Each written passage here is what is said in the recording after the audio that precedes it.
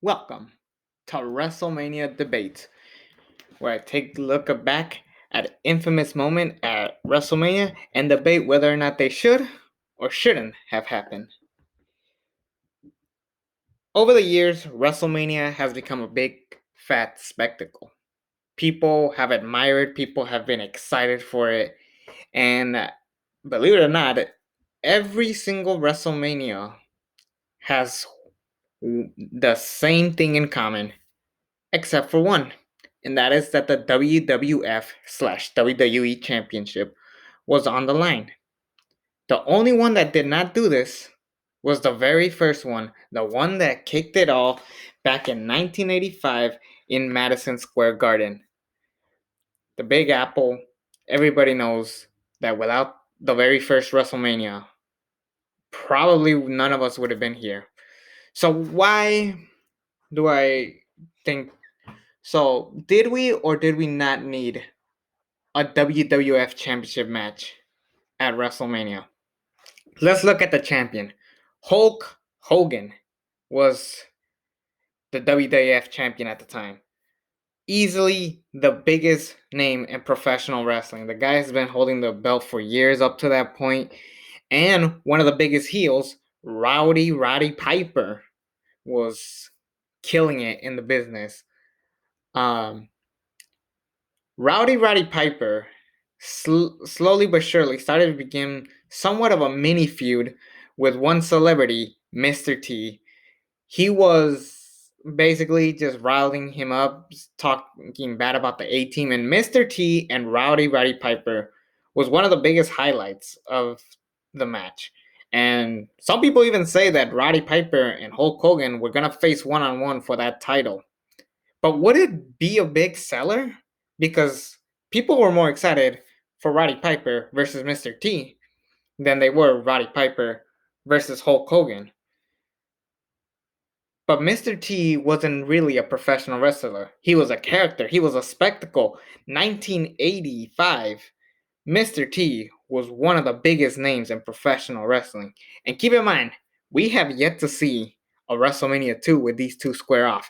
And possibly one of the worst Mania matches of all time, but that is for a whole different story in itself.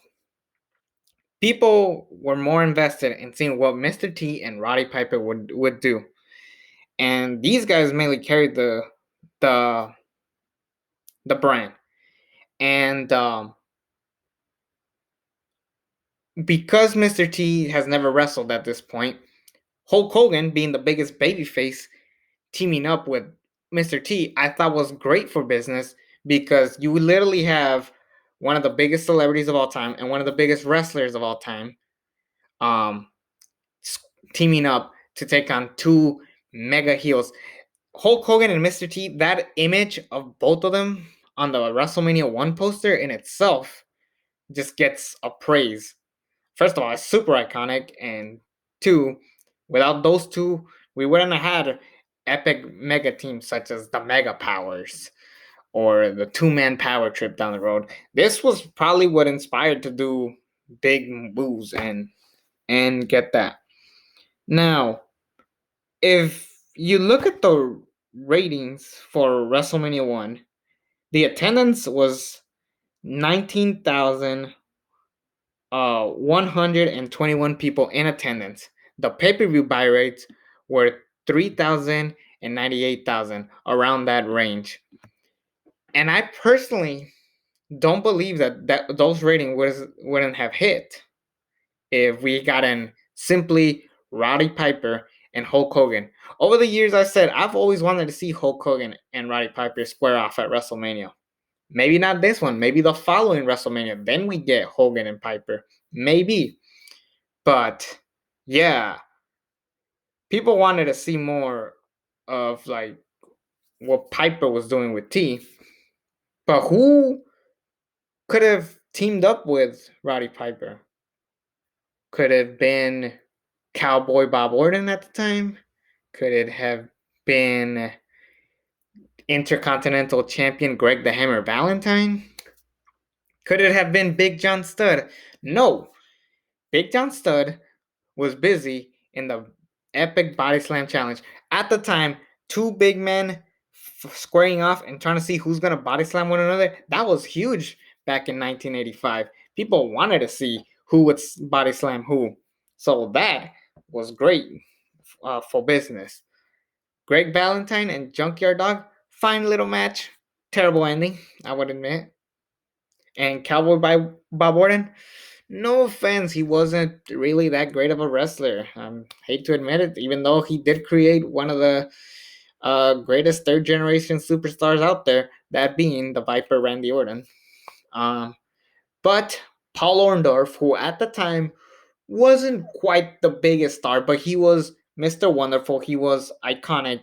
He was clearly a perfect type of heel before Mr. Perfect, mind you. There was no Mr. Perfect.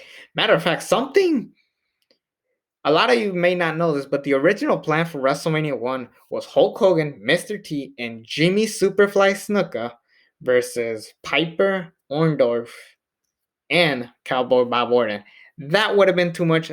That would have just been too much because Jimmy Snuka, while as big as a star as he is, Hogan and Mr. T alone could have carried the main event of WrestleMania 1.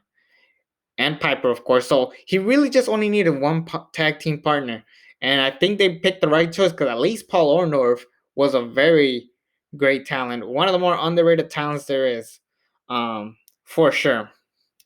But outside of that, because WrestleMania hasn't been a big thing, they needed all of the celebrities possible. They needed Muhammad Ali as a special guest referee or the special guest enforcer.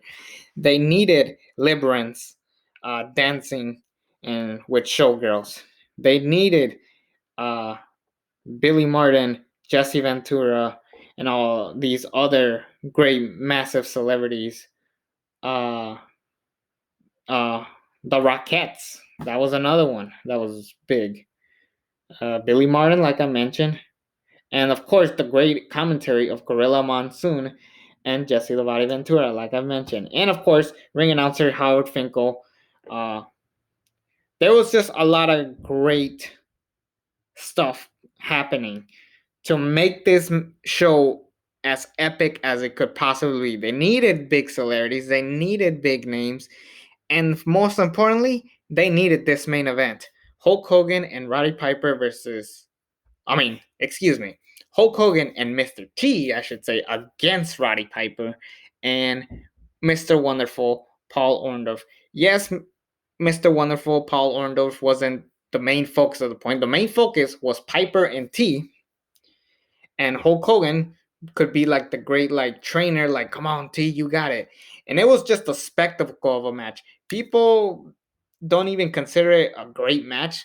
I personally do, not for the star ratings that Dave Meltzer might give it, but for just the spectacle. This was brilliant storytelling, and it was just epic. The moment Roddy Piper and Mr. T they face one another, it was awesome, and you wouldn't have gotten that with Hulk Hogan and Roddy Piper. This was the biggest match you could have done for the very first main event of WrestleMania. So the debate is no, the WWF Championship did not need to be defended at WrestleMania 1. They needed a big match. They needed the biggest card possible to get people drawing. Even if it's just the main event with a couple of uh, undercard matches, such as Wendy Richter, accompanied by what's her face again from Girls Just Want to Have Fun. What was her name? Cyndi Lauper. I can't believe I forgot that name. But yeah, they needed moments more than classic matches, such as the body slam. Like I said, Cyndi Lauper holding hands. The 8-second match with King Kong Bundy and S.T. Jones. They needed these epic moments to get people to invested to go, I can't wait for WrestleMania 2. I can't wait for WrestleMania 3. I can't wait for WrestleMania 4, 5, 6, 7, so on and so forth. So, all I gotta say is that, yeah, WrestleMania 1 did a good job picking the right main event. the best main event they could have done for your very first WrestleMania. That is it for me, you guys. Next episode will be whether or not Ric Flair and Hulk Hogan would have sold WrestleMania 8. More of that from WrestleMania debates. I hope you guys are excited for this. It's me, the ALE Double X Prince, episode 1 of WrestleMania debates. And until then, I'm out. Subscribe.